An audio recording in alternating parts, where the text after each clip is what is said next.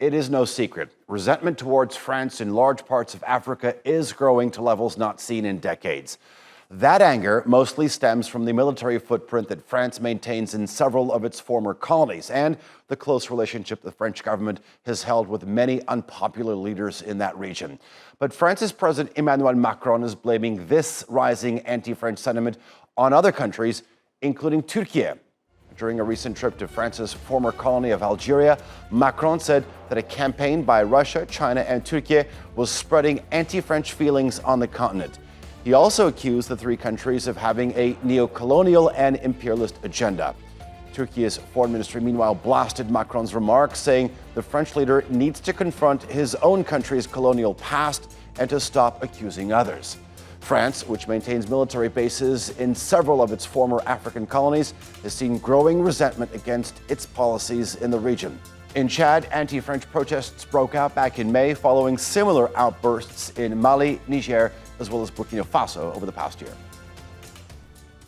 More on Macron's remarks from Istanbul. We're joined by Anas Al-Gomati. He is the director of the SADC Institute, which is Libya's first independent public policy think tank. And we also have on the show David Otto. He's the director at the Geneva Center for Africa Security and Strategic Studies. He joins us from London. Gentlemen, welcome to both of you. David, I want to begin with you. When you look at the region, I'm wondering if you think that the sentiment, the tide of the sentiment has turned on France, or has the resentment always been there and it's just sort of boiling to the surface?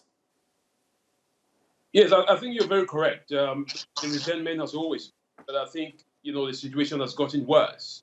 The repetition of France in the continent, it's been terrible.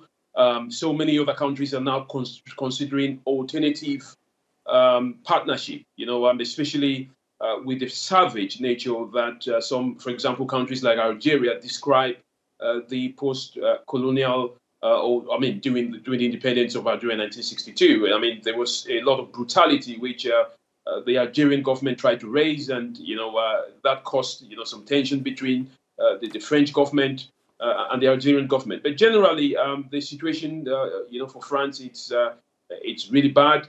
But of course, France has to make some level of amends, especially with the current war between Russia and Ukraine, where there is an issue of energy. Of course, countries like Algeria, one of the largest producers of gas, are quite key, and other African countries as well are quite key in this sense. So I think France is trying to win some hearts and minds, but I don't know how far it's going to go. Let's talk about some of those other countries. The French president, Emmanuel Macron, has been quite busy in terms of a diplomatic tour in the region. He has visited 3 former French colonies. What, according to you, is the motive here? Yes, he's calling for an increased process of decolonization, but could this also be sort of interpreted as a disguise in terms of exercising more influence on the continent? I certainly think it is about the pretext being, trying to reconcile the past with the present and the future. Those are narratives that we've heard before, in addition to this latest narrative that we heard in Guinea-Bissau around countering violent extremism and countering terrorism. But essentially, it's about France trying to consolidate its geostrategic position in the Sahel. It's lost out to Russia in a battle for influence in the Central African Republic and Mali, particularly in Mali, where they essentially replaced French special forces with the Russia's Wagner group. So it's certainly that, because I think Africa as a continent now is being transformed into a theater for influence. You have one flank of NATO in the east, which is Ukraine. You have a southern flank, which is now Libya, North Africa. And further south into the Sahel, you have a battle for influence between the US, France, and Russia.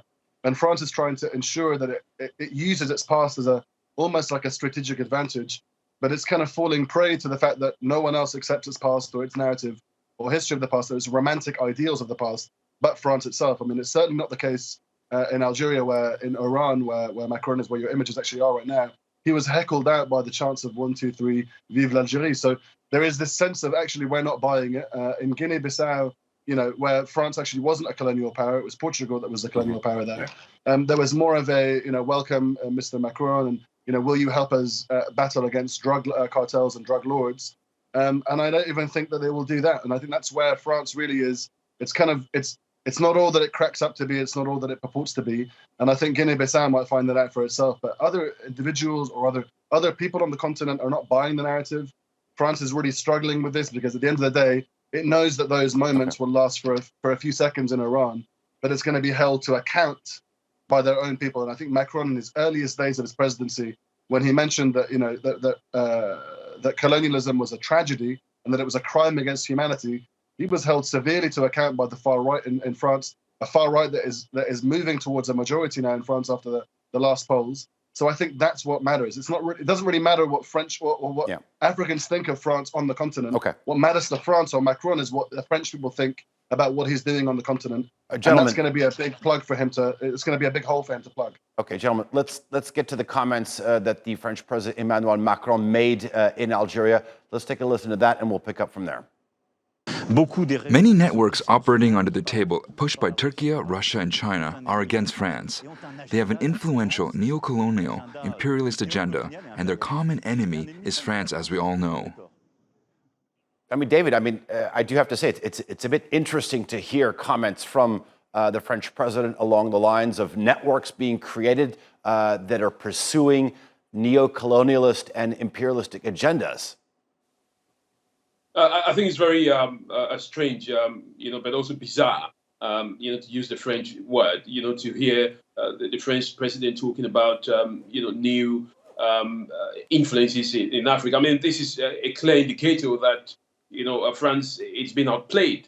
As my co-panelist said, I think France has lost a huge amount of influence, and it finds itself like a rabbit on the traffic light, and at this point in time, I think there's some level of desperation, if I may put it. I mean, France is really concerned that it is losing out, but it is also losing out hugely, from partners who are coming up with much more credible or better options. The colonial past of France, still, drags France back, especially with an Africa that has now advanced, away from, the time when France used to have, some kind of the full control of the wheel.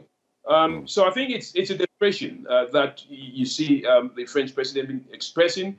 The West, relies on him to go to his former colonies and try and repair things. Again, it comes down to the point of, the Russians are being, targeted in the East, and France is trying to. It's also losing its former colonies to Russia, China, and the rest. So it's a fair game for geopolitics. Okay. I mean, Türkiye was one of the countries that he specifically called out. And here's the reply to the French president's comments from the Turkish Foreign Ministry. They said, if France supposes that there are reactions against it in the African continent, it should search for the source of these reactions in its colonial past and its efforts to still pursue this with different methods and must try to repair it.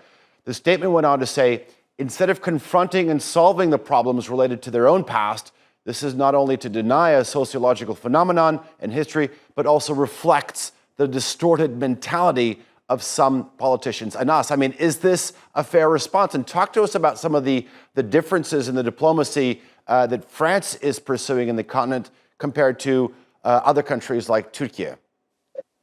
Well, let's just for a moment, in fact, just talk about the military role. I mean, the idea of networks that are against France, I mean, it's quite interesting. France actually opened the door for Russian influence in Libya. The Russian special forces it's French special forces that were operating in Libya on April 4th, 2019, during the operation to overthrow the UN-backed government in Tripoli. And they opened the door and cooperated with Russia's Wagner group, the mercenary corps that were there. It was only until Turkey came at the final hour in the end of 2019, early 2020, to push out Russian military forces that actually, the situation was brought to a heel and that diplomacy could take a stride. But in fact, it's an irony here that France is talking about Russia as an enemy, perhaps in Mali where they've lost out to the junta there. But in Libya, it was actually France that opened the door and cooperated with Russia. So it's an irony. Turkey's role was commended by the US and by NATO for having defended the southern flank of NATO in 2019 and 2020. So I find it bizarre. I think Turkey's role diplomatically today, I think it's still a nascent role. I think it's still finding its feet. Its real power has been its aerial power and ensuring that situations were brought to a heel and that they could provide for a ceasefire, and a ceasefire could move towards the diplomatic work of the UN. But I find it bizarre, as my co-panelist mentioned. I find it bizarre that France would essentially, the pot calling the kettle black. Anas, you mentioned the role of the military. Let's look at this from a different perspective, that of the lens through the security situation in the Sahel. There have been a wave of military coups across former French colonies in West Africa. Some of them have been attempts, but most of them are successful. I mean, if you look at, you'll see a total of half a dozen countries. In fact, some of these countries have experienced multiple instances over a period of a year, starting from March of 2021 in Niger to the most recent one in Guinea-Bissau in February of 2022. David, talk to us about the role that perhaps France has played in the governance crisis here.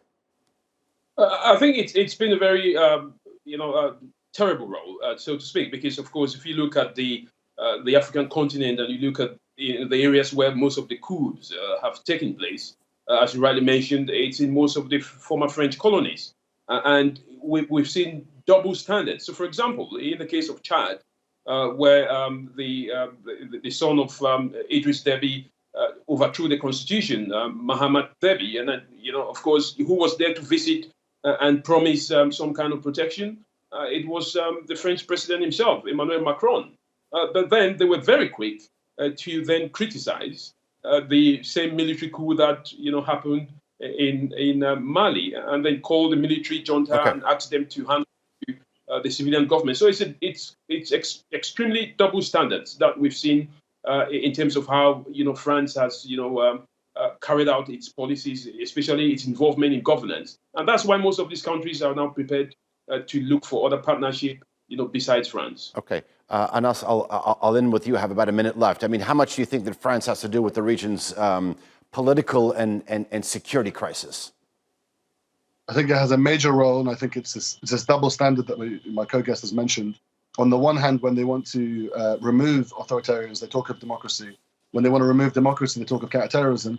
And they're not a partner in either one of them. The situation has gotten worse across the continent, and I think the political instability now has led them to using quite unconventional partners like Russia and like China.